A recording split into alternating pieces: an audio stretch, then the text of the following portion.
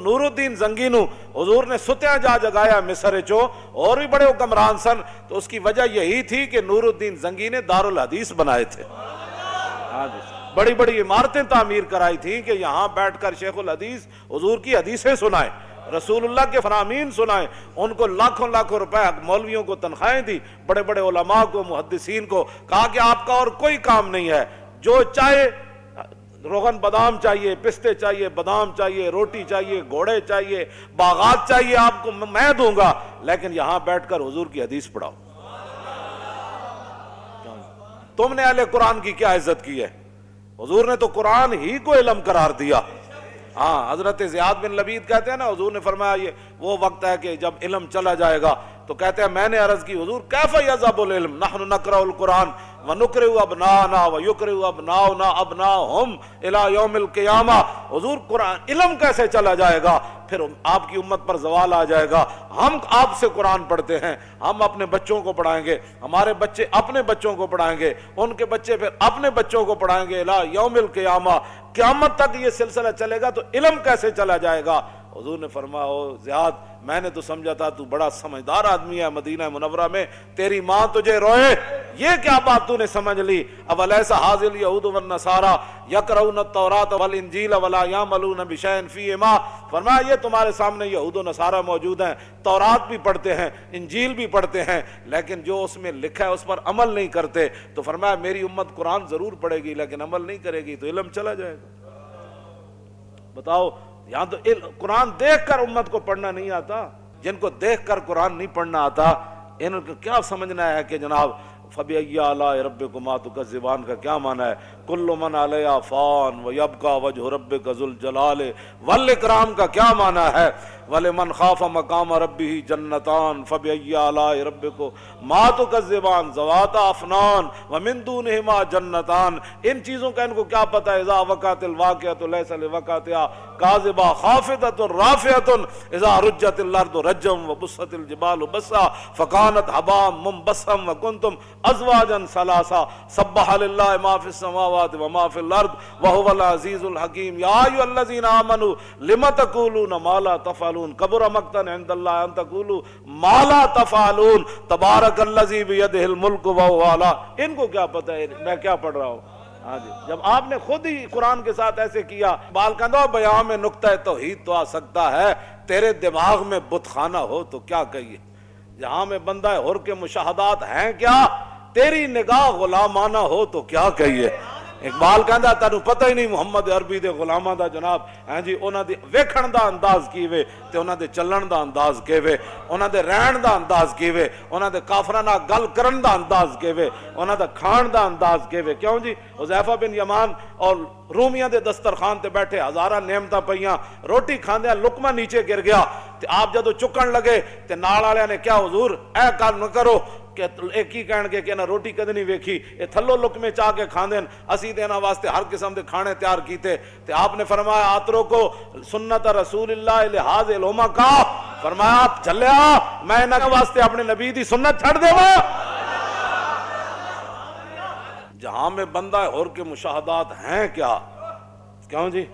تیری نگاہ غلامانہ ہو تو کیا کہیے؟ فرمایا تیری نگاہ ہی غلامہ والی، تو کدوں کہ ویکھیا کہ محمود غزنوی کنج آیا تے نور الدین زنگی دارالحدیث کنج بنائے، تو سدا بڑے بڑے مدارس تے جناب اجاڑنا چاہتے ہو، بڑے بڑے مدارس سے تسی اپنے گند داخل کیتے، ہمارا نصاب بھی پڑھاؤ۔ اقبال نے کیا لڑکیاں پڑھ رہی ہیں انگریزی، قوم نے ڈھونڈ لی فلاح کی راہ، یہ ڈرامہ دکھائے گا کیا سین، پردہ اٹھنے کی منتظر ہے نگاہ۔ اقبال کہتا ہے تے وقت آ کے دسے گا نا کڑیاں سے انگریزی پڑھ کے نہ کی بڑھیا، کیوں جی؟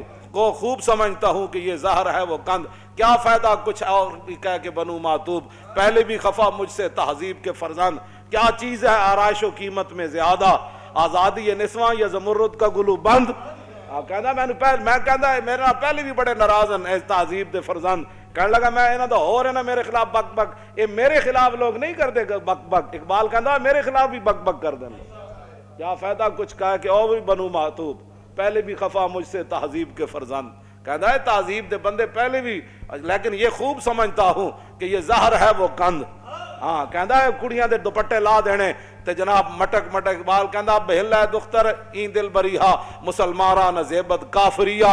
اقبال کہندا جدو مسلمانہ دی دھی دوپٹے لا کے مٹک مٹک کے کالجاں یونیورسٹیاں جاندی تے اقبال کہندا اوے مسلمانہ دی دھی تینوں یہ زیب ہی نہیں دیندی، اے کافراں دی اداواں تو کیویں اپنا لئیاں؟ مسلمانہ دیا دیاں جن کا آنچل نہ دیکھا ماہو میر نے اس ردائے نزاہت پہ لاکھوں سالہ.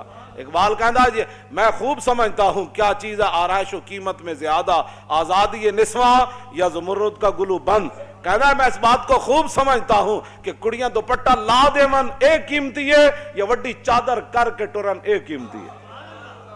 سارا کچھ تو تسی تباہ کر چھڑیا ہے، تو کی چھڑیا تسی جناب، کی پڑھایا تسی تے جناب 12-14 کلاساں پڑھا کے منڈے نو جناب تسی تے نماز بھی نہ سکھا سکے، تسی تے جناب وہ جنازے دیاں دعاواں بھی نہ سکھا سکے، تسی تے منڈے نو جناب طہارت دے مسائل بھی نہ دس سکے، تسی تے بھی نہ دس سکے کہ وضو دے فرض کتنے ہیں، تیمم کس کو کہتے ہیں. جذبہ قرآن زیغمی روبائی است، فقر قرآن اصل شہنشاہی است. اقبال کہندا قرآن تو بغیر شیری دا دعویٰ کرنا اے تے لومڑی دی گل ہے. کہندا قرآن تو بغیر بندہ شیر نہیں بن. جذبہ قرآن زیغمی روبائی است. اقبال کہندا قرآن تو بغیر بندہ کہے میں شیر ہاں، وہ شیر نہیں، وہ تے لومڑی ہے.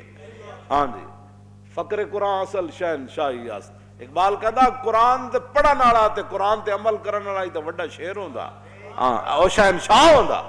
کیوں جی وہ تو شہنشاہ ہوندا، وہ تو تہ بند بن کے تے جناب میدان او دے چلے جاندے.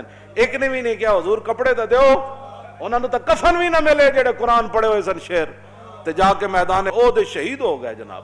انہاں کول تے کپڑے بھی پورے کوئی نہیں سن، تو انہاں تے پیٹ تے پتھر بن کے تے میدان خندق کے چلے گئے. اج جناب گھر سامان نہیں سی لایا، فقر قرآن اصل شہنشاہی است. اقبال کہندا قرآن جڑا پڑھن والا ہی اصل شہنشاہ ہے. اقبال کہا جے تے صحابہ جے سامان اتارے بھی نہیں سی اپنے گھوڑیاں تو تے خچرہ تو تے اٹھاؤ تو تے پھر جبریل آ گیا، انہیں کہا جی چلیے بنو قریظہ دی طرف، فقر قرآن اصل شہنشاہی است. اقبال کہندا اے تے شہنشاہ سن. ایک صحابی نے بھی نہیں کیا حضور روٹی بھی رج کے نہیں کھادی، انہیں کہا جی چلیے بس اتنی گل ہے جناب. قبر وچ اتنی جگہ ہے، اسن دے کے رون لے اور دس تینوں دتا کس دلاسا ہو. اسن دے کے رون لے اور دس تینوں دتا کس دلاسا ہو. بندے عمر بندے دی ایویں گزری جی میں پانی وچ پتاسا ہو. تے سوڑی سامی سٹ گتے سن تے پت نہ سگ سے پاسا ہو. تے صاحب تے تو لیکھا منگسی باہو رتی گھٹ نماشا ہو.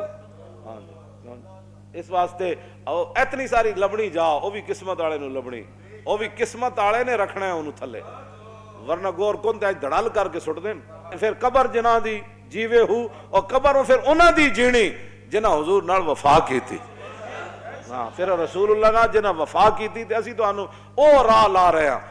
نور الدین زنگی کی بنایا جی دارالحدیث. دوسرا انہاں مدرسے کھولے، بند نہیں کیتے، مدرسے کھولے تے دینی کتاباں چھاپ کے تے مفت تقسیم کیتیاں. چھاپ تے مراد لکھوا مطلب تسی کہو جی اس ویلے چھاپے خانے کتے ہوندے سن، اس ویلے بڑے بڑے شعر بیٹھ کے سونا سونا خط لکھتے سن. تیسری بات نور الدین زنگی نو ستیاں رسول اللہ نے جا کے جگایا، فرمایا اٹھا ہے میری ناموس کے لیے. کیوں جی ایویں کوئی نہیں کوئی کام کسے دا کردا، کوئی تعلق ہوئے تو کرنا. ہاں کوئی تعلق ہوئے تو کرنا، ایویں نہیں کردا جی فلانا نہیں کردا میں آکھا نہیں کردا تو روے اپنی قسمت نو.